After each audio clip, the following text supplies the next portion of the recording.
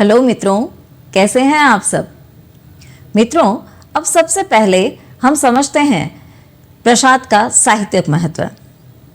यहाँ जरा ध्यान दीजिए। छायावाद की बात आती है और जयशंकर प्रसाद का नाम अपने आप सामने आ जाता है, क्योंकि प्रसाद को छायावाद का संस्थापक और प्रवर्तक माना जाता है। प्रसाद ने हिंदी काव्य को नई दिशा दी, खड़ी बोली को कविता की गरिमा दी, और ये अपने आप में बहुत बड़ा काम था। जरा सोचिए, प्रसाद की कविता सिर्फ सुंदर शब्द नहीं, गहरी सोच भी है। आध्यात्मिक और दार्शनिक दृष्टि उनकी रचनाओं में साफ दिखाई देती है। प्रकृति और मानव को उन्होंने अलग अलग नहीं देखा, बल्कि दोनों के बीच संतुलन दिखाया। इसी से कविता में गंभीरता और गरिमा आती है। संतुलन से ही कार्य परफेक्ट होता है। प्रसाद की रचनाओं में भारतीय दर्शन और सांस्कृतिक चेतना गहराई से जुड़ी है।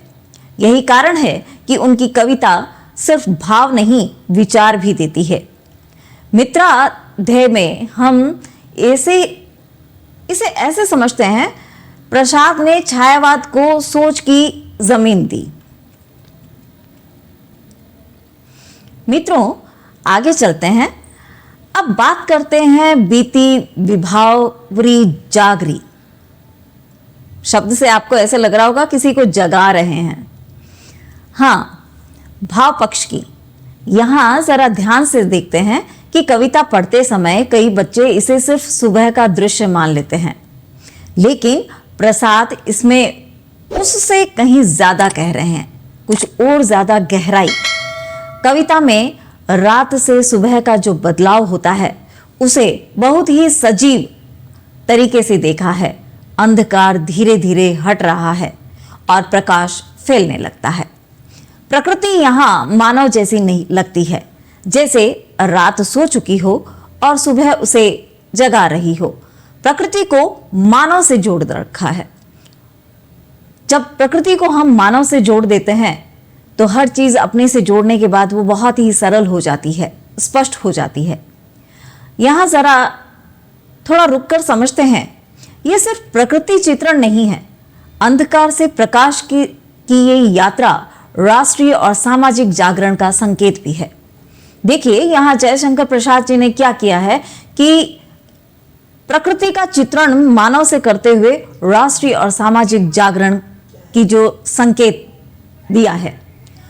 कविता की भाषा संगीतात्मक है, लय है और बिंब बहुत मजबूत हैं। इसी से कविता मन में उतर जाती है। पूरी कविता में आशा और चेतना का संदेश है।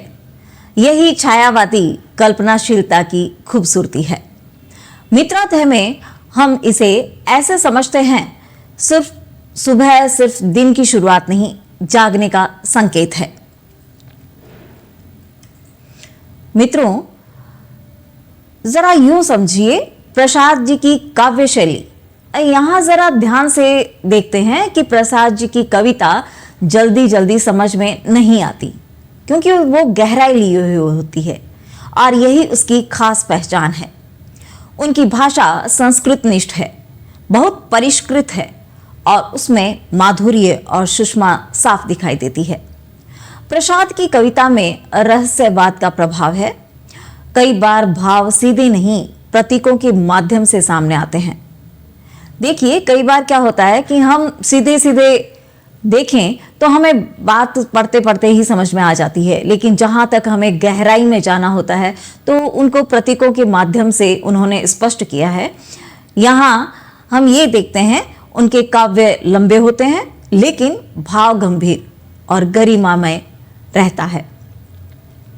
प्रकृति चित्रण में प्रसाद बहुत निपुण है। प्रकृति उनके यहां सिर्फ दृश्य नहीं, भावों की अभिव्यक्ति बन जाती है। वो प्रकृति के माध्यम से सब कुछ अपने भाव स्पष्ट कर देते हैं। सबसे खास बात, भाव और विचार में संतुलन, न ज्यादा भावुकता और न सूखा विचार। मित्राध्याय में हम इसे ऐसे समझते हैं, प्रसाद की कविता शांत, गहरी और सोचने पर मजबूर करती है। अब आते हैं प्रसाद की सबसे महत्वपूर्ण रचना पर, जो है कामायनी। कामायनी को सिर्फ एक कविता समझ लेना सबसे बड़ी भूल होती है। असल में ये मानव जीवन की पूरी यात्रा है। कामायनी के माध्यम से हमें ये जानने को मिलता है कि हमारे जीवन में संपूर्ण यात्रा कैसी होती है। उस यात्रा को समझने का माध्यम है कामायनी। कामायनी में मनु, श्रद्धा और ईडा के माध्यम से मानव मन को समझाया गया है। सोचना, महसूस करना और कर्म करना, तीनों का संतुलन दिखाया गया है। कविता में प्रलय और सृष्टि की कल्पना है, जो हमें मानव सभ्यता की शुरुआत तक ले जाती है। यहाँ हम ये समझते हैं कामायनी में भारतीय दर्शन गहराई से जुड़ा है। इसी वजह से ये रचना सिर्फ भाव नहीं, गहरी सोच भी देती है। मानव मन का सूक्ष्म विश्लेषण और काव्य और दर्शन का मेल कामायनी को विशेष बनाता है। मित्राध्याय में हम इसे ऐसे समझते हैं कि कामायनी कविता नहीं, जीवन को समझने की कोशिश है। सबसे पहले हमारे सामने है यूनिट 4 का सिलेबस, सूर्यकांत त्रिपाठी निराला। मित्रों, अब आगे बढ़ते हैं एक ऐसे कवि पर जो भीड़ से बिल्कुल अलग खड़ा दिखता है। निराला का काव्य व्यक्तित्व। यहां जरा देखते हैं कि निराला को महाप्राण कवि कहा जाता है, क्योंकि उनकी कविता में दम है, साहस है और स्वाभिमान है। उनका जीवन संघर्षों से भरा रहा है और वही संघर्ष उनकी कविता में साफ झलकता है। इसीलिए उनकी रचनाएं सच्ची लगती हैं, जो अपने जीवन को अपने भावों के माध्यम से, भावों को कविता के माध्यम से उतार दे और हम उसको अपने जीवन से जोड़ लें तो बहुत ही सरल हो जाता है उसको समझना। निराला ने छायावाद में नए प्रयोग किए, मुक्त छंद को अपनाया और कविता को बंधन से आजाद किया।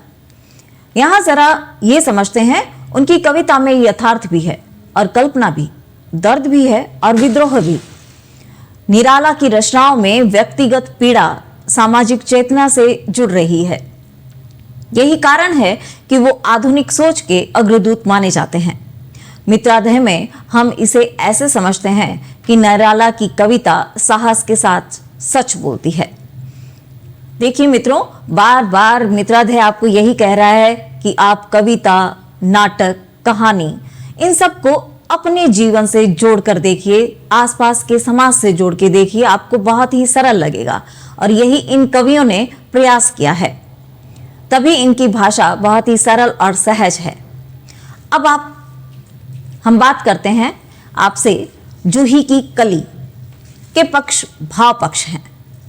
ऊपर से देखने पर यह कविता एक फूल की कहानी लगती है, लेकिन अंदर से ये प्रेम और विरह की बहुत कोमल अनुभूति है। जूही की कली यहां सिर्फ फूल नहीं, वो एक संवेदनशील नायिका बन जाती है। देखिए, कली को किससे, एक नायिका से जोड़ दिया और पवन उसका साथी। प्रकृति का मानवीकरण बहुत सुंदर ढंग से ये हुआ है। कली का कांपना, पवन का आना, सब कुछ मानव भावनाओं जैसा लगता है। कविता में विरह का भाव धीरे धीरे उभरता है। कोई तेज पीड़ा नहीं, बल्कि मौन और प्रतीक्षा। प्रेम हमेशा मांगने का नाम नहीं होता है, प्रेम देना सिखाता है। और यहां पर क्या है, प्रेम मौन और प्रतीक्षा है, और वही सुंदर प्रेम की अनुभूति होती है। भाषा भावुक और कोमल है, सुगंध, सौंदर्य और भावनाएं एक दूसरे में घुली हुई है।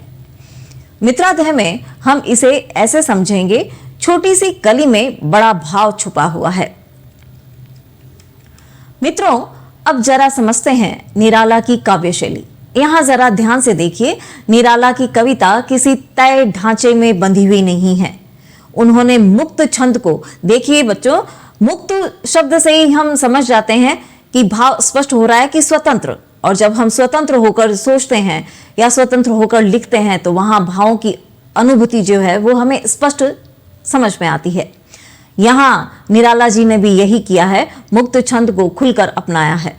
उनकी भाषा में नयापन है, सीधी भी है, तीखी भी है और कभी कभी बहुत भावुक भी। निराला प्रयोग करने से नहीं घबराते। यही वजह है कि उनकी कविता स्वच्छंद लगती है। जहां उनकी रचनाओं में यथार्थ का कड़वापन और विद्रोह की आग साफ दिखाई देती है। साथ ही उनकी कविता में ओज भी है और करुणा भी, यानी कठोरता और कोमलता दोनों का संतुलन। देखिए, ज्यादातर हमने कवियों में यही देखा है कि उन्होंने संतुलन बनाए रखा है, और संतुलन ही प्रकृति का सबसे बड़ा सुंदर भाव है। बिंब नए हैं, अनुभूतियां निजी हैं और भाव सीधे दिल तक पहुंचते हैं। मित्राध्यय हमें यह समझाने का प्रयास कर रहा है कि निराला की कविता बंधन तोड़कर आवाज बन जाती है। निराला की एक बहुत गहरी और शक्तिशाली रचना पर राम की शक्ति पूजा। देखिए, हर भगवान एक दूसरे भगवान को सम्मान देते हैं, उनकी पूजा करते हैं। हम अपने इष्ट से, अपने ईश्वर से या एक अलौकिक शक्ति से सीख सकते हैं कि वो एक दूसरे को कितना रेस्पेक्ट कर रहे हैं, पूजा कर रहे हैं। तो हमें भी वही सीखना चाहिए, एक दूसरे को रेस्पेक्ट देना। देखते हैं आगे। इस कविता में राम को सिर्फ मर्यादा पुरुषोत्तम के रूप में नहीं, बल्कि एक संघर्ष करता हुआ मनुष्य दिखाया गया है। सब कुछ शक्तियां होते हुए भी राम ने एक साधारण मनुष्य की जैसे संघर्ष किया, और उनका पूरा जीवन जो है वो हमें मर्यादा और संघर्ष सिखाता है। राम यहाँ शक्तिशाली होते हुए भी अकेले और संयम में हैं। यहीं से आत्म संघर्ष शुरू होता है। कविता में शक्ति की उपासना बहुत खास अर्थ रखती है। यह नारी शक्ति के सम्मान और मानव साहस के जागरण का प्रतीक बन जाती है। वीर रस के साथ साथ करुणा भी है। युद्ध से पहले का मानसिक संघर्ष कविता को और गहरा बना देता है। भारतीय मिथक को निराला ने आधुनिक भाव के साथ प्रस्तुत किया है। इसी वजह से यह रचना छायावाद से आगे की लगती है। पूरी कविता प्रेरणा देती है हार के सामने भी खड़े रहने की। यहाँ छोटी सी समस्या आ जाती है तो हम कितना विचलित हो जाते हैं, घबरा जाते हैं, लेकिन राम हमें ये सिखाते हैं कि नहीं, संघर्ष तो आते रहेंगे, परिस्थितियां आती रहेंगी, लेकिन हम उनके सामने अडिग खड़े रहें और उनका सामना करें बड़े धैर्य के साथ। अरे वाह! आगे देखते हैं मित्राध्यय क्या कहना चाहता है। हमें ये समझाने का प्रयास कर रहे हैं कि शक्ति बाहर नहीं, अंदर से जगती है। सबसे पहले हमारे सामने है यूनिट 4 का सिलेबस, सुमित्रा नंदन पंत। सुमित्रा नंदन पंत की तरफ चलते हैं। ये छायावाद के सबसे कोमल स्वर पर पंत का काव्य व्यक्तित्व। पंत को सुकुमार कवि कहा जाता है क्योंकि उनकी कविता में कोमलता है, माधुर्य है और सौंदर्य की नरम अनुभूति है। प्रकृति से पंत का रिश्ता बहुत गहरा है। पहाड़, हवा, फूल, प्रकाश सब उनकी कविता में जीवंत हो उठते हैं। यहां जरा रुकिए। पंत के यहां प्रकृति सिर्फ देखने की चीज नहीं, महसूस करने की अनुभूति बन जाती है।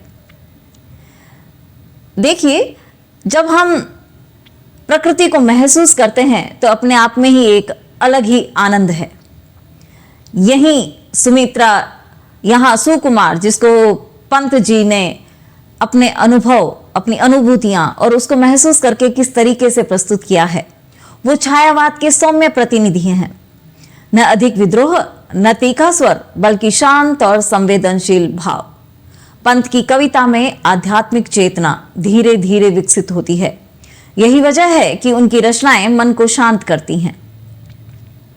मित्राध्यय में हम इसे ऐसे समझते हैं कि पंत की कविता सौंदर्य के रास्ते आत्मा तक पहुंचती है। मौन निमंत्रण के भाव पक्ष की। यहां इस कविता में शब्द कम लेकिन भाव बहुत गहरे हैं। पंत यहां चुप्पी के माध्यम से बात करते हैं। वो सिर्फ मौन रहते हैं और उसको महसूस करते हैं। मौन यहां खालीपन नहीं है, ये आगे बढ़ने का संकेत है, एक ऐसा बुलावा जो बिना बोले मन तक पहुंचता है। प्रकृति का चित्रण यहां आध्यात्मिक रूप ले लेता है। हवा, प्रकाश और शांति सब मिलकर आत्मा को आमंत्रित करते हैं। यहां जरा रुकते हैं। कविता में रहस्यवाद का भाव है। कोई दिखाई नहीं देता, लेकिन कुछ बुला रहा है। हमें ये तो महसूस होता ही होगा कि एक अलौकिक शक्ति है जो हमें दिखाई नहीं देती, लेकिन वही पूरी सृष्टि को चलाए हुए है। भाषा बहुत कोमल और संगीतात्मक है। बिंब कल्पनाशील है और भाव धीरे धीरे अंदर उतरते हैं। कभी कभी सबसे गहरी आवाज मौन में होती है। कहते हैं ना, हमारे एकदम शांत रहने पर और जहां हम संसार में सब कुछ हार जाते हैं, तो उस अलौकिक शक्ति के सामने मौन होकर मन से मन का कनेक्शन करते हैं। वही यहां पर दर्शाने का प्रयास हुआ है। पंत की काव्य शैली, यहां जरा ध्यान से देखते हैं कि पंत की कविता पढ़ते समय कठोरता महसूस नहीं होती। उनकी भाषा कोमल है, मधुर है और बहुत ही सुथरी है। प्रकृति चित्रण उनकी सबसे बड़ी ताकत है। प्रकृति उनके यहां सिर्फ दृश्य नहीं, सौंदर्य की जीवंत अनुभूति बन जाती है। पंत की कविता में संगीतात्मकता बहुत स्वाभाविक है। पंक्तियां अपने आप लय में बहती हैं। उनकी शब्दावली संस्कृत निष्ठ है, लेकिन भाव इतने सरल हैं कि मन आसानी से जुड़ जाता है। प्रतीकों का प्रयोग बहुत सुकुमार है। कोई तीखापन नहीं, बल्कि लालित्य और माधुर्य है। भावुकता और गहराई का सुंदर संतुलन पंत की पहचान है। पंत की कविता धीरे से आती है और दिल में ठहर जाती है। पल्लव का साहित्यिक महत्व। पल्लव को छायावाद का घोषणा पत्र कहा जाता है, क्योंकि इसी काव्य संग्रह से छायावादी सोच खुलकर सामने आई। इसमें प्रकृति प्रेम अपने चरम पर दिखाई देता है। प्रकृति यहां सिर्फ पृष्ठभूमि नहीं, कविता का केंद्र बन जाती है। यहां जरा रुकिए। पल्लव में कविता की नई चेतना दिखती है। भाव, कल्पना और सौंदर्य तीनों का उत्कर्ष। इस संग्रह ने हिंदी काव्य को एक नया मोड़ दिया। युवा छायावादी स्वर यहीं से पहचाना जाने लगा। कोमल संवेदनाएं, नरम भाव और सौंदर्य बोध, ये सब पल्लव की मुख्य पहचान है। इसी वजह से पल्लव छायावाद की पहचान बन गया। पल्लव ने छायावाद को आवाज दी।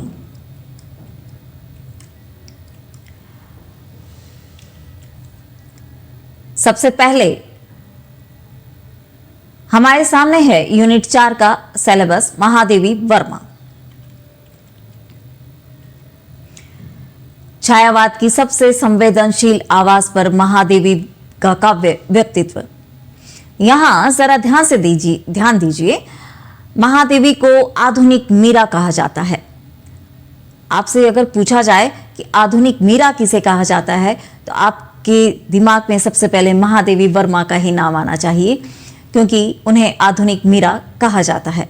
क्योंकि उनकी कविता में भक्ति नहीं, पर आत्मिक प्रेम और गहरी वेदना है। उनकी रचनाओं में दुख, कमजोरी नहीं, अनुभूति बन जाता है। इसलिए उन्हें वेदना की कवयित्री कहा गया। महादेवी की कविता नारी जीवन की अंदरूनी पीड़ा को सामने लाती है, बिना शोर के, बिना शिकायत के, बस महसूस कराती हुई। उनकी चेतना बहुत आत्मिक है। आध्यात्मिक प्रेम, करुणा और संवेदनशीलता हर पंक्ति में झलकती है। महादेवी छायावाद की सबसे शुद्ध आवाज मानी जाती है, क्योंकि भाव, भाषा और अनुभूति तीनों पूरी तरह छायावादी है। महादेवी की कविता चिल्लाती नहीं, सीधे दिल में उतरती है। अब समझते हैं मैं नीर भरी दुख की बदली के भावों को।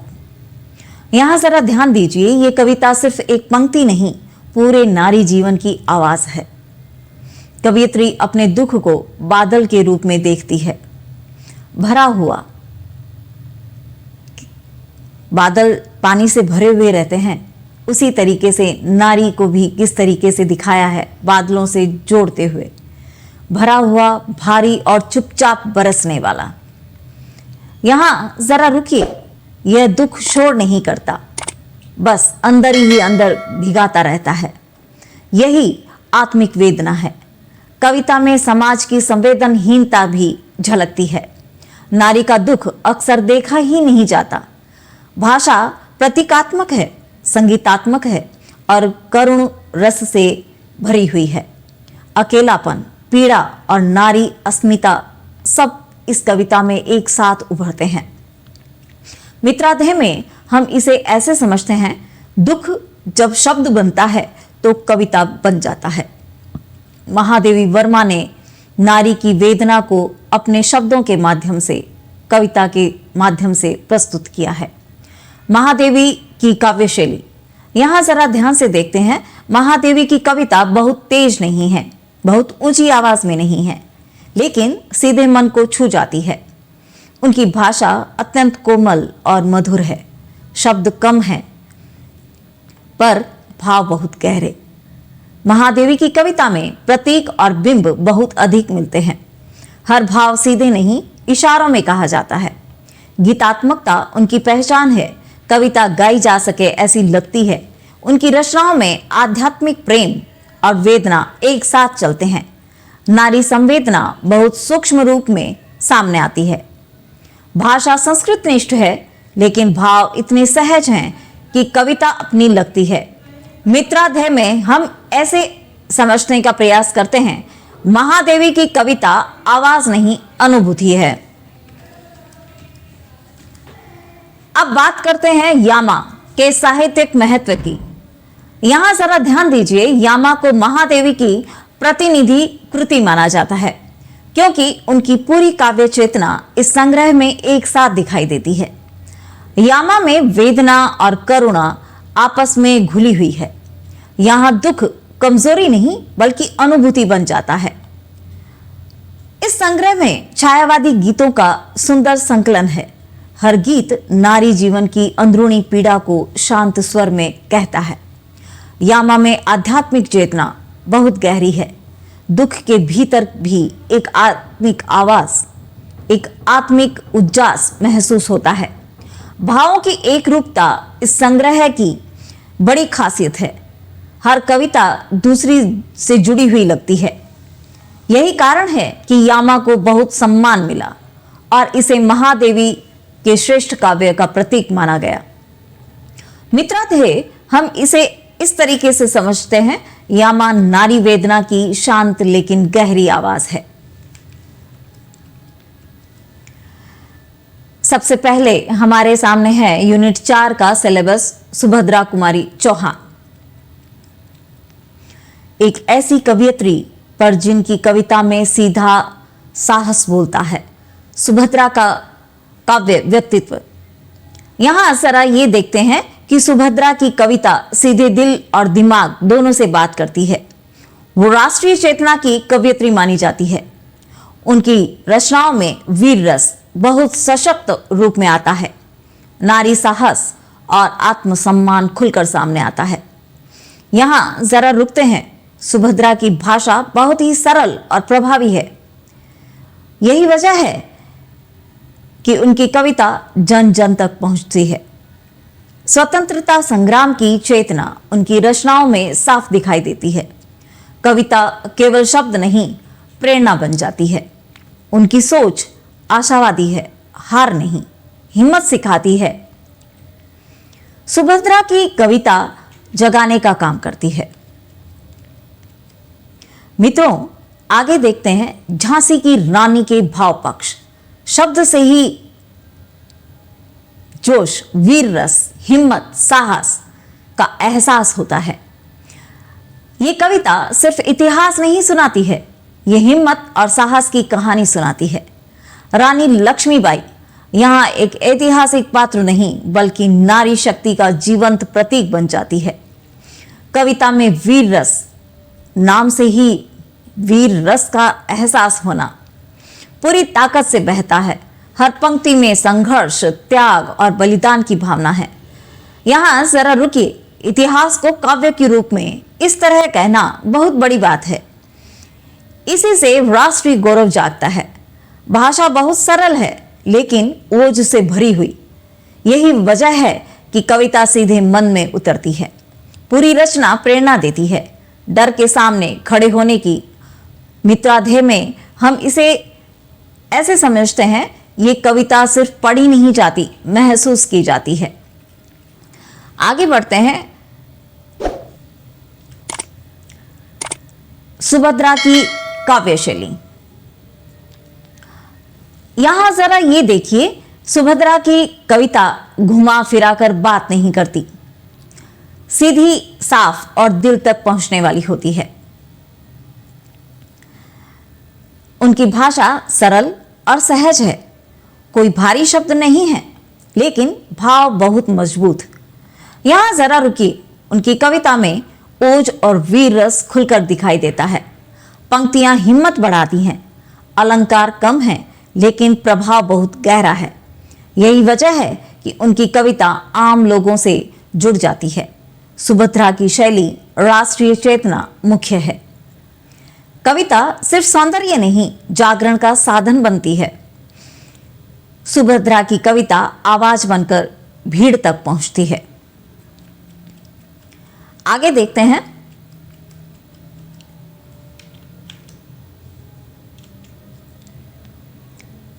जीवन फूल के भाव पक्ष। यहां जरा ध्यान दीजिए, इस कविता में जीवन को एक फूल की तरह देखा गया है, सुंदर भी और नाजुक भी। देखिए जीवन को कितना सुंदर तरीके से प्रस्तुत किया है कि एक फूल है जो कि सुंदर है और नाजुक भी है। कविता में अधूरी आकांक्षाएं साफ दिखाई देती हैं, जैसे मन बहुत कुछ चाहता है लेकिन सब पूरा नहीं हो पाता। यहां जरा ये समझते हैं, प्रेम का भाव बहुत गहराई से आता है, एक ऐसा प्रेम जिसमें आत्मसमर्पण है लेकिन साथ ही पीड़ा भी है। प्रेम का नाम पाना नहीं है, सिर्फ देना है। वही सच्चा प्रेम है, जहां इसको आत्मसमर्पण के रूप में प्रस्तुत किया गया है। नारी जीवन की अंदरूनी व्यथा यहां शांत रूप में प्रकट होती है। कोई शिकायत नहीं, बस आत्मिक आत्मचिंतन। भाषा सरल है लेकिन भाव बहुत गहरे। निराशा और आशा दोनों साथ साथ चलते हैं। पूरी कविता में मानवीय संवेदना बहुत साफ झलकती है। मित्राध्यय में हम इसे ऐसे समझते हैं, जीवन सुंदर है लेकिन हर फूल पूरा नहीं खिल पाता। ऑलराइट मित्रों, आज की क्लास में हमने छायावाद को कवियों के माध्यम से जीकर समझा, क्योंकि उन सभी कवियों ने सभी कविताओं को अपने जीवन से जोड़कर हमें प्रस्तुति दी और उसको बहुत ही सरल शब्दों में, सरल भाषा में प्रस्तुत किया। प्रसाद की गंभीरता, निराला का साहस, पंत की कोमलता, महादेवी की वेदना और सुभद्रा की प्रेरणा, सबने मिलकर एक पूरा चित्र बनाया। अब जरा रुककर ये सोचिए, ये कवि सिर्फ लिखते नहीं थे, समय को महसूस करते थे। तब तक पढ़ते रहिए और अपने स्टडी मित्रा के साथ जुड़े रहिए। कल मिलते हैं, सेम टाइम सेम जगह, तो जुड़े रहिए MGSU मित्राध्यय के साथ, आपका अपना स्टडी मित्रा। धन्यवाद।